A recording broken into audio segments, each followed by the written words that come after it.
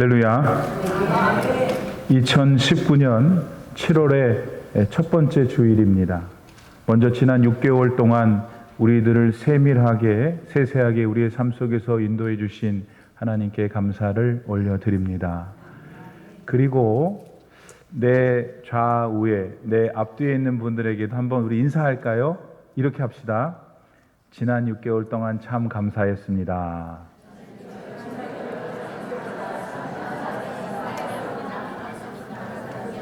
네.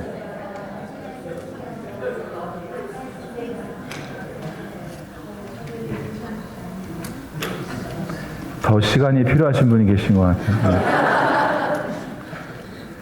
꽃들은 계절을 따라 피었다 집니다.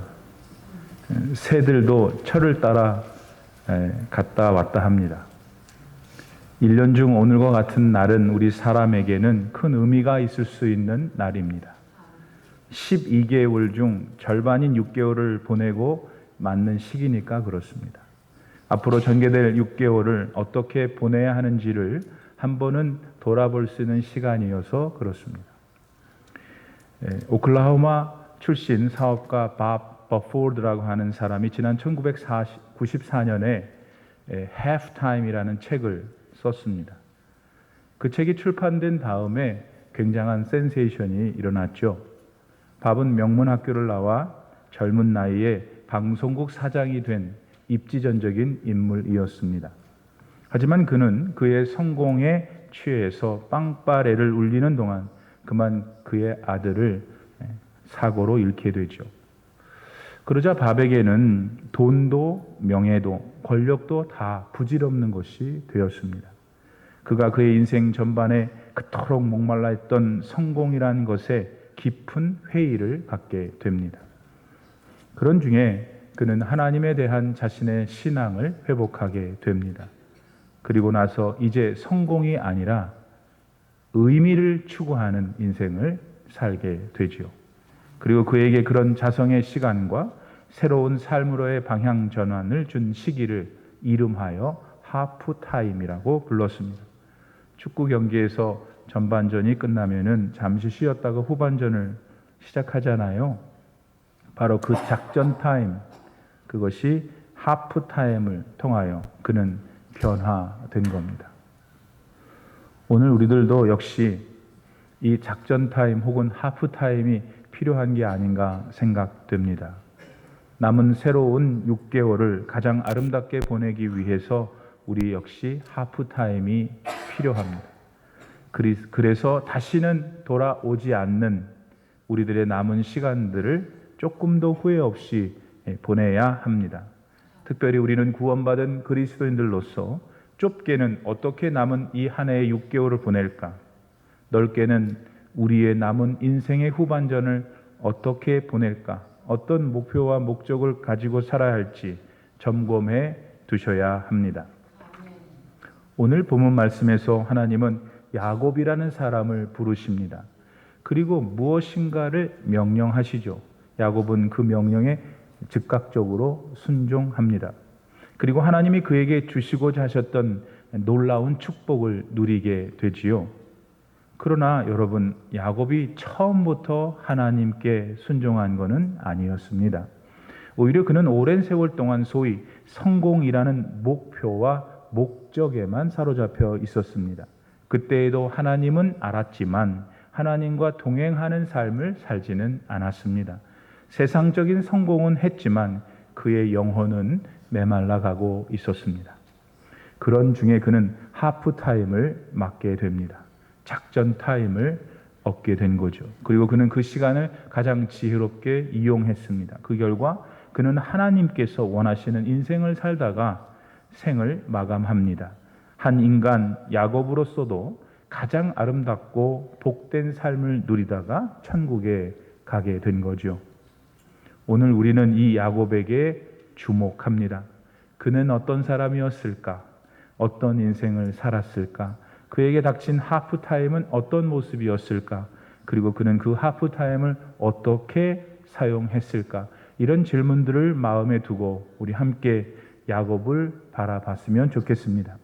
그리고 오늘 이 야곱을 통해 우리를 볼 수 있었으면 좋겠습니다. 그래서 우리들도 야곱처럼 하나님께 진짜 축복 많이 받는 인생들이 되시기를 주님의 이름으로 기도합니다. 야곱에 관한 이야기는 창세기 25장에서 50장에 걸쳐서 나옵니다. 따라서 그분의 생애에 대해서 알고 싶으면 여러분 이 책을 읽으시면 되겠습니다. 야곱은 쌍둥이로 태어났죠. 형이었던 에서보다 조금 늦게 나왔어요. 에서와는 달리 와일드하지 않았던 야곱은 엄마의 사랑을 독차지하죠. 그런 중에 늙은 아버지 이삭이 장자한테 축복을 하는 날이 다가왔습니다. 그때 차자였던 야곱은 그 축복을 자기가 받고 싶었습니다. 그래서 형한테 그 축복권을 팥죽 한 그릇에 팔아치우죠. 그리고는 엄마 리브가의 도움을 얻어서 눈이 어두웠던 이삭, 아버지 이삭을 속여가면서 형한테 주어야 될 축복권을 자기가 낼름 가로챕니다. 그 후 형 에서는 그 사실을 알게 되고 야곱을 죽이려 하죠. 사태가 이렇게 되자 이삭은 야곱을 밧단 아람으로 보냅니다. 거기엔 이삭의 부인 리브가의 오빠 라반이 살고 있었거든요. 그렇게 도망치듯 외삼촌 라반에게 가는 길에 야곱은 베델이라는 곳에서 돌베개를 베고 하룻밤을 보냅니다. 바로 그날 밤 하나님은 야곱을 만나 주십니다. 그리고 다음과 같은 축복을 하십니다. 이유는 야곱이 아브라함의 손자였기 때문입니다. 창세기 18장 15절을 보세요. 내가 너와 함께 있어 네가 어디로 가든지 너를 지키며 너를 이끌어 이 땅으로 돌아오게 할지라. 내가 너에게 허락한 것을 다 이루기까지 너를 떠나지 아니하리라 하신지라. 그러자 야곱은 너무 감동했습니다. 감격했죠. 그래서 역시 자기도 하나님께 서원을 합니다. 이렇게 말이죠. 창세기 28장 22절. 내가 기둥으로 세운 이 돌이 하나님의 집이 될 것이요 하나님께서 내게 주신 모든 것에서 10분의 1을 내가 반드시 하나님께 드리겠나이다 하였더라. 그러나 야곱은 아주 오랜 동안 이 서원을 새까맣게 잊어버립니다. 오직 자기 자신만을 위해서 악착같이 살아요. 삼촌 라반의 집에 가서 살 때 그랬습니다. 야곱은 2명의 부인을 얻기 위해 14년 동안 뼈가 빠지게 일했죠. 약삭 빨랐던 삼촌 라반을 뺨치는 기지로 자기 몫의 양, 자기 몫의 낙타, 자기 몫의 나귀, 자기 몫의 노비들을 엄청나게 많이 소유하게 돼요. 자기는 몸 하나 가지고 갔었으면서. 대단한 사람입니다. 요즘 말로 그는 번성했습니다. 정말 성공한 거부가 되었죠. 그러나 여전히 야곱은 자기 자신만 사랑했습니다. 자기 중심으로 이기적인 인생만을 살았던 거예요. 자기를 원수처럼 생각했던 형 에스를 언젠가 만나게 되었습니다. 얼마나 무서웠겠어요, 여러분.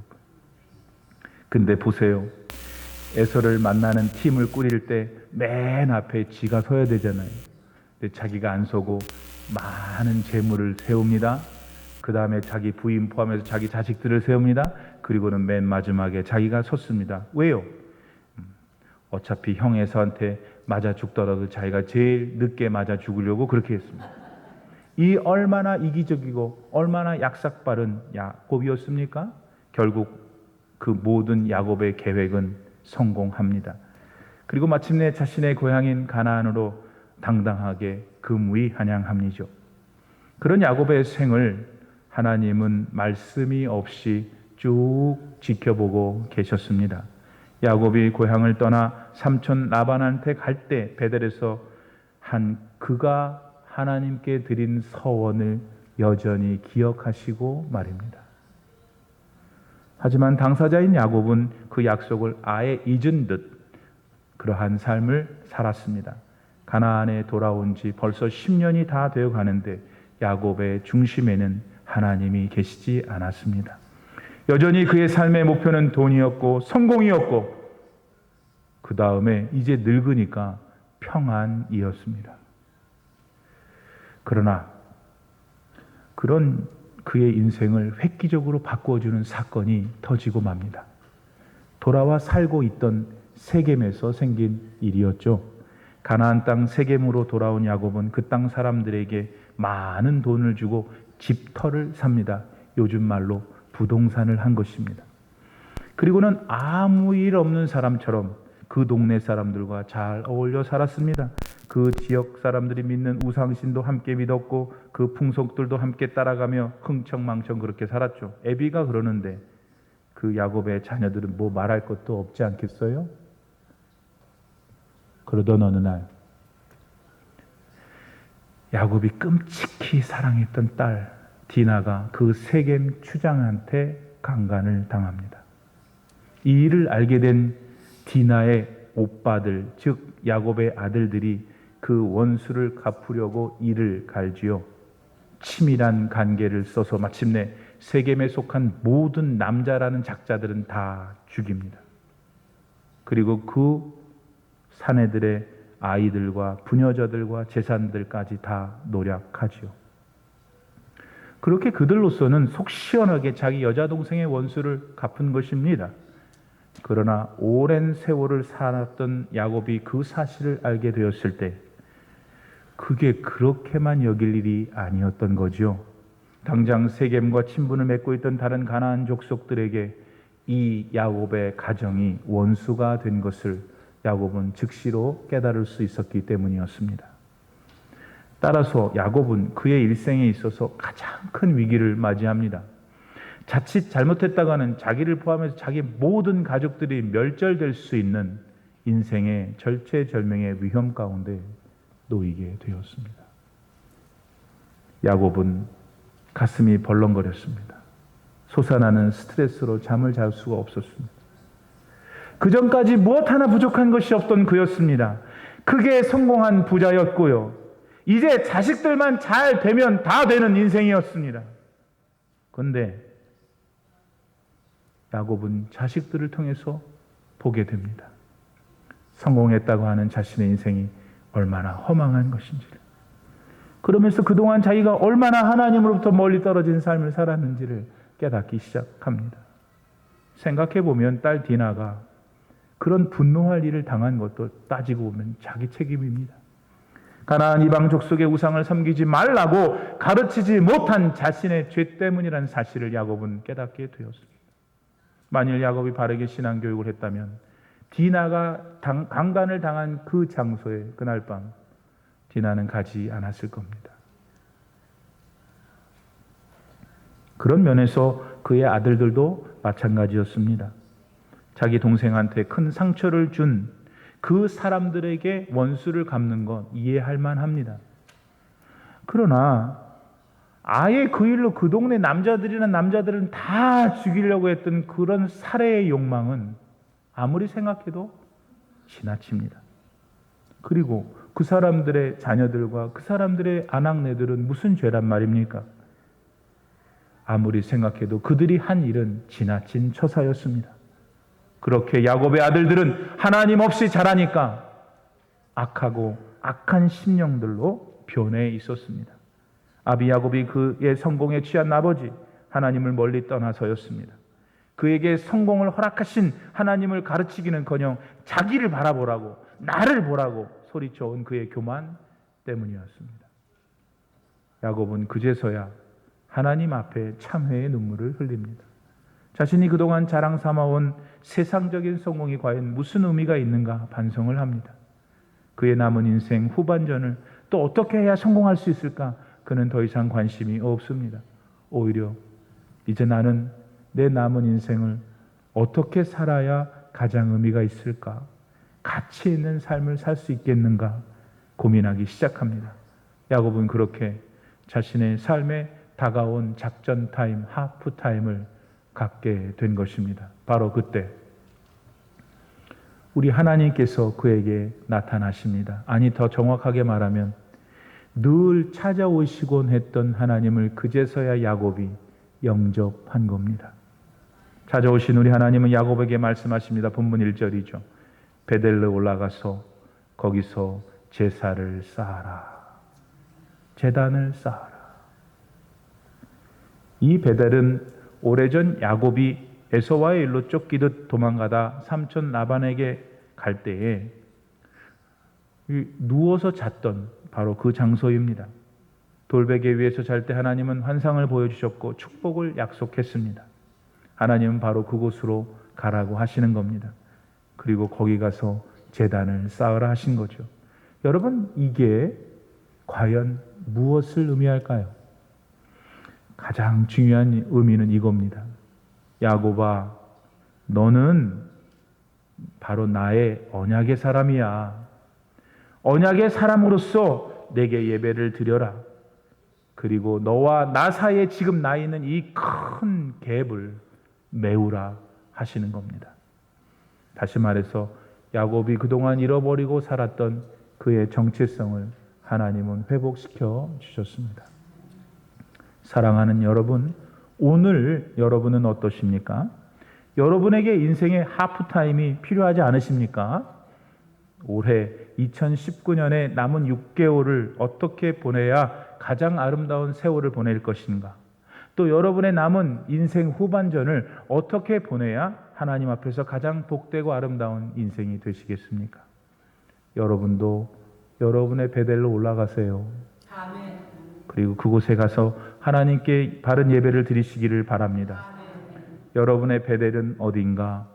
여러분을 죄와 사망에서 구원해 주신 우리 주 예수 그리스도이십니다. 아멘. 예수님의 사랑을 잊어버린 분이 있어요. 지금 안 믿는 분이 있어요. 너무 바쁘다고, 돈 벌어야 된다고, 모기지 갚아야 한다고, 애들 뒷바라지 해야 된다고. 정말 그래요? 정말 예수님의 사랑을 생각할 만큼 여유가 없어요? 그 사랑을 기억하고 그분께 돌아와 그분만을 섬기며 사는 삶이 바로 여러분의 바른 정체성입니다. 아멘. 창조주 하나님은 예수님을 통해서 여러분에게 축복을 약속하셨어요. 여러분이 예수님 안에 계시면 반드시 축복받는다는 겁니다. 하나님의 자녀가 된 여러분은 하나님께서 언제나 쫓아다니시면서 눈동자처럼 지키시다는 사실을 믿기를 바랍니다. 그리고 가장 필요한 때에 가장 적절한 것을 공급해 주심을 꼭 믿으셔야 합니다. 그리고 이 축복은 비단 세상적인 성공으로만 나타나지 않습니다. 세상의 풍요로움도 하나님은 주십니다. 올림피아 하나장로교에 속한 여러분들이, 지금 예배를 드리는 모든 여러분들이 세상의 풍요로움을 누리기를 바랍니다. 왜냐하면 하나님도 원하시니까요. 그러나 더욱 중요한 것은 여러분 영혼의 만족과 평안입니다. 한 인간으로 이 땅에 살면서 누릴 수 있는 가장 지고한 축복이 뭔지 아십니까? 여러분 영혼이 만족해야 돼요. 여러분 영혼이 기뻐해야 돼요. 돈도 좋고 명예도 좋고 권세도 있지만은 하나님이 주시는 영혼의 만족이 더 중요한 것이에요. 오늘 이 신비한 축복을 여러분 모두가 누리시기를 주의 이름으로 축복합니다. 베델로 올라가 제단을 쌓으라는 말씀을 들은 야곱은 거기에서만 그치지 않아요. 본문 2절 말씀에 따르면은 자기와 관련된 모든 사람들이 우상을 버리게 했습니다. 거기다 정결하게 했고 옷을 바꾸어 입었습니다. 이거 뭘 말해요, 여러분? 물론 여러분 모든 것을 한다는 행위는 그 마음이 순결해야 됩니다. 그 마음이 깨끗해야 됩니다. 속사람이 아직도 그대로인데 겉만 바뀐다고 무슨 소용이 있겠어요? 그러나 여러분 이것은 이 모든 것을 포함한 더 깊은 의미가 있는 거예요. 말하자면 야곱은 자기 식솔들과 지인들한테 명령했어요. 하나님을 믿는 신앙으로 너의 마음을 새롭게 하라고. 그리고 그 새로움 다른 사람이 볼 수 있도록 하라고. 어떻게 해야 돼요? 너의 말과 행동과 마음 순수미가 하나님을 닮도록 하라는 것입니다. 오늘 한 해의 시간 속에서 일종의 하프타임에 서 계신 성도 여러분, 여러분의 남은 6개월이 혹은 남은 여러분의 생애가 더 복된 인생이 되려면 바꿔 입으셔야 돼요. 아멘. 언제? 지금. 아멘. 정결해야 돼, 그 옷이. 하나님이 싫어하는 우상들은 이제 버리셔야 돼요. 아멘. 그리고 그렇게 변화된 여러분의 모습을 다른 사람이 볼 수 있어야 돼요. 옆에 앉은 성도들이 그 변화를 느끼고 볼 수 있도록 하라는 것이 오늘 하나님의 말씀입니다. 아멘. 그러면 목사님, 이것들을 하기 위해서 우리가 무엇을 구체적으로 할 수 있을까요? 여러분 많이 있지만 시간이 많이 없어서 그 중에 가장 중요한 것을 소개합니다. 여러분, 예배를 진실하게 드리셔야 돼요. 예배가 제일 먼저예요. 선교도 해야 되고 전도도 해야 되고 교제도 해야 되고 먹고 마시고 해야 돼요. 그런데 그 모든 것에서 가장 넘버원은 예배예요. 예배는 크게 찬송과 기도, 말씀을 받는 일로 이루어지죠. 이 모든 게 다 뭐예요? 하나님께만 집중하는 거예요. 오늘 이 하프타임에 꼭 기억하세요. 그리고 스스로한테 물어보세요. 나는 그동안의 예배 생활을 진짜 잘했는가? 날씨가 좋으면 좋아서 안 오고, 날씨가 흐리면 흐려서 안 오고,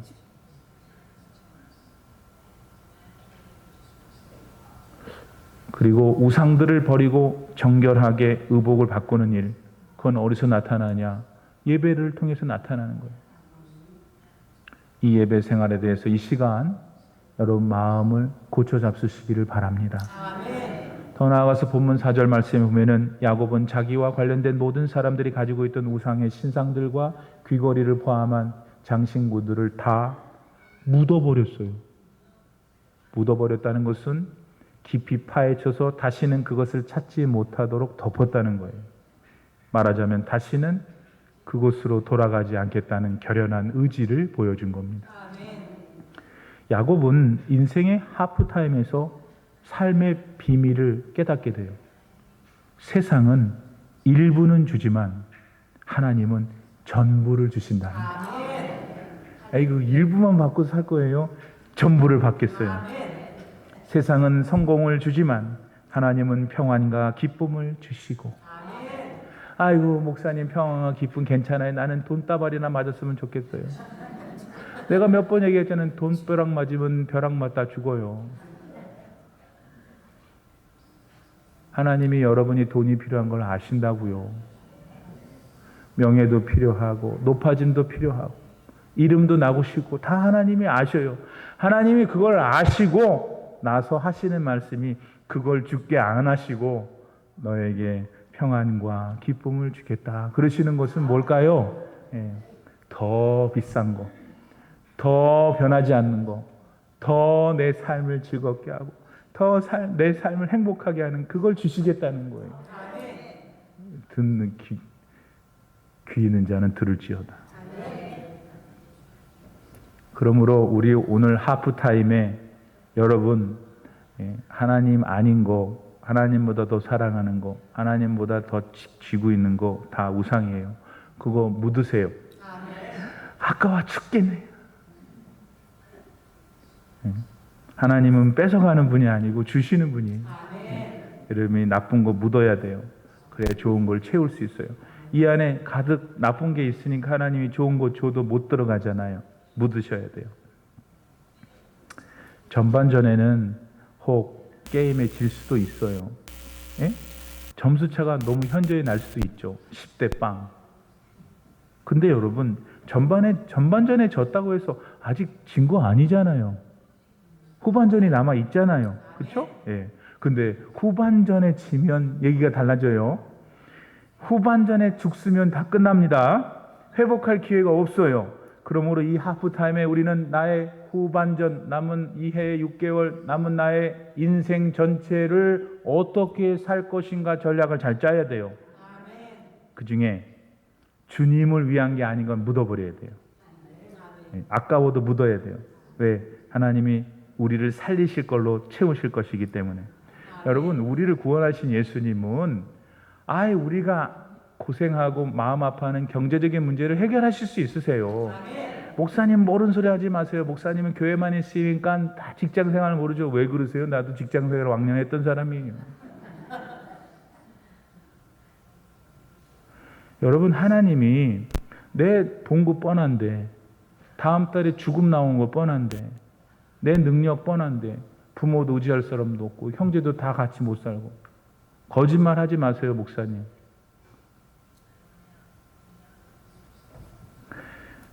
왜 하나님이 하나님이시냐면 우리가 생각하지 못하는 일을 하시기 때문에 하나님이신 거예요. 여러분, 하나님은 우리가 생각하는 가장 큰 어려움 중에 하나인 경제적인 문제 당연히 해결하셔요. 그 다음에 제일 어려워하는 자녀 문제 해결하셔요.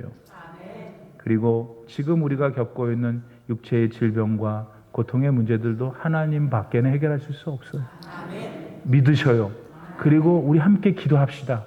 그 하나님이 나에게 어떻게 하시는지 봅시다. 반드시 선한 길로 인도해 주실 것입니다. 더 중요한 것은 거기다가 하나님은 지금 그런 현실의 문제만 해결하시는 분이 아니라는 거예요. 우리 예수님은 지금의 문제뿐만 아니라 우리 장차 다가올 영생의 문제를 좌주하시는 능력의 하나님이시라는 거예요. 예수님은 십자가 위에서 죄와 사망의 권세를 확 깨트려 버렸어요. 죄와 사망의 권세가 전부 종교적인 상투어로 들리죠. 근데 죄와 사망이 지금 우리의 문제인 거잖아요. 왜 이렇게 돈 많이 갖고 싶어 하세요? 안 죽으려고 그러는 거예요. 안 죽으려고. 저 목사 이상하다. 뭐 이상해요? 다른 사람보다 더 낫고 싶으니까 돈이 필요한 거잖아요. 근데 그걸 우리가 100년밖에 못해요. 아무리 열심히 노력해도 100년밖에 못한다고요. 그 다음은 어쩌시려고요? 이 땅에서 우리 맘대로 그저 살다가 간다 라고 생각하기가 쉬워요. 여러분도 그런 생각 반드시 한 번씩은 해봤을 거고요. 또 이런 생각하죠. 아유, 죽을 때가 되면 죽는 거지 뭐.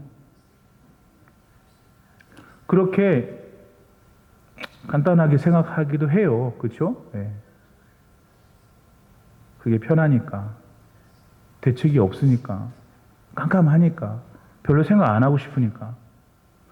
근데 여러분 실제로 그렇지가 않다는 사실을 오늘 배우시고 믿어야 돼요.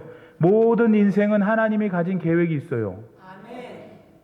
이 땅에서 우리가 생명을 얻어 지금 살잖아요. 또 아이들이 꼭 태어날 거 아니에요. 우리가 가끔 그렇게 생각하잖아. 뭐 이런 생각이 이런 세상에 또 태어나나. 태어난 사람끼리 살다가 가면 될 텐데. 그런데 지금 살고 있는 우리나 앞으로 생명을 얻고 태어나는 아이들이나 다 하나님이 계획이 있으셔서 그 사람들을 살게 하고 태어나게 하시는 거예요. 어떤 계획인데 십자가 위에서 하나님께서 보여주신 그 사랑을 전하라는 거예요. 그게 우리의 향하신 하나님의 계획이고 그걸 깨닫고 실천하는 게 우리의 사명이에요. 우리에게 남은 올해 8개월이든 혹은 남은 여생이든 그 무엇이든 가장 아름답게 살려면 이 하나님의 계획을 실천하는 거예요, 여러분. 이뤄야 돼요. 왜? 그렇게 실천하는 사람한테 하나님이 함께 하시기 때문에 그래요. 예, 늦었지만 야곱은 그래도 자신의 하프타임을 통해서 새로운 생을 살게 되었어요. 그래서 그의 삶에는 하나님이 언제나 동행하셨죠. 그러니까 나타나는 것이 크게 두 가지죠. 첫 번째, 자기 아들들이 세겜 족속 다 죽이니까 옆에 있는 다른 세겜하고 친척벌 되는 다른 가나안 족속들이 다 소식을 듣고 이제 결사항전할 거 아닙니까? 이제 죽음 끝난 거예요. 야곱의 가정은. 근데 오늘 성경 본문 5절에 뭐라 그랬어요? 하나님께서 그 사람들의 마음을 괜히 두려워하게 하셔서 야곱의 털끝 하나 건들지 못하게 하셨다. 그것뿐만이 아니에요. 훗날 야곱의 아들들이 다 잘 됐지만 그 중에 최고 잘 된 게 요셉 아니에요. 요셉이 이집트에 가서 히브리 사람이 이집트 사람들 가운데서 총리가 돼서 자기 가정도 살리고 지도 살고 이집트도 살리고 이집트에 의해서 국식을 받았던 그 당시 모든 세계가 살아나요. 누구 아들이에요? 누구 아들이에요? 야곱 아들이지. 그런 아들 갖고 싶어요? 누구 때문에 그렇게 됐어요? 하나님 때문에 그렇게 됐지. 하나님은 약속했잖아요. 야곱한테 축복한다고. 보호하셨고 그 아들이 다 잘 되겠고 그 중에 요셉이 그렇게 잘 되게 했어요. 왜? 우리는 안 됩니까? 왜 우리는 안 됩니까? 똑같은 하나님이신데 이 하나님은 지금도 살아계셔요. 지금 여러분의 심령 속에 성령으로 역사하셔요. 이 하나님을 새롭게 붙드는 여러분 되기를 바랍니다. 여러분의 베델로 올라가셔요. 그리고 하나님 앞에 바른 예배를 드리시고 여러분의 의복을 바꾸셔야 돼. 어떻게? 다른 사람이 알도록. 그리고 야곱처럼 순결한 삶을 살아서 이후로 여러분의 이번 한 해의 6개월이든 남은 여러분의 여생이든 진짜 하나님 앞에 더 많은 축복을 받아 누리는 인생 되시기를 바랍니다. 기도하겠습니다. 하나님, 오늘 우리는 2019년 7월의 첫 번째 주일을 맞이하면서 하프타임이라는 개념을 떠올리게 됩니다. 올해의 하프타임 혹은 내 인생의 하프타임인 오늘, 우리는 다시 한번 우리가 무엇을 새롭게 정비하고 또 채우고 마음을 새롭게 가져서 출발할지를 배우게 되었습니다. 하나님, 이 자리에 예배하는 모든 분들이 다 주님 안에서 새로운 하프타임을 갖게 하시옵소서. 그래서 이번 6개월이 혹은 우리의 남은 모든 후반전이 하나님이 기뻐하시고 우리 인생에게는 큰 축복이 되는 아름다운 삶만 살게 하시옵소서. 예수님의 이름으로 기도드립니다. 아멘.